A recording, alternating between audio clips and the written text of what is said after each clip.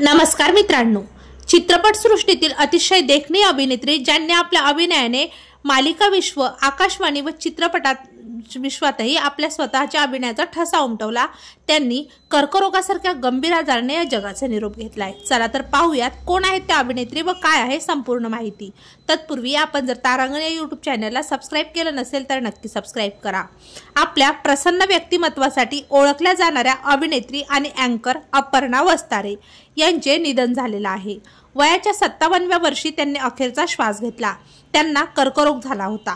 अपर्णा यांनी नम्मा मेट्रोमध्ये कन्नड भाषेत आवाज दिला होता, त्यामुळे त्यांचा आवाजही चाहत्यांसाठी खूपच खास होता। 1990च्या दशकात अपर्णा यांनी ऑल इंडिया रेडिओ सोबत रेडिओ जॉकी आणि डीडी चंदनावर अँकर म्हणून काम केले। नंतर त्यांनी काही मालिकांमध्येही उत्तम व्यक्तिरेखा साकारल्या। अपर्णा यांच्या पश्चात त्यांचे पती नागराज वस्तारे हे आहेत। अभिनेत्री अपर्णा वस्तारे यांना कर्करोगाचे निदान 4थ्या स्टेजवर झाले होते, त्यामुळे त्यांनी गंभीर आजारातून या जगाचा निरोप घेतला।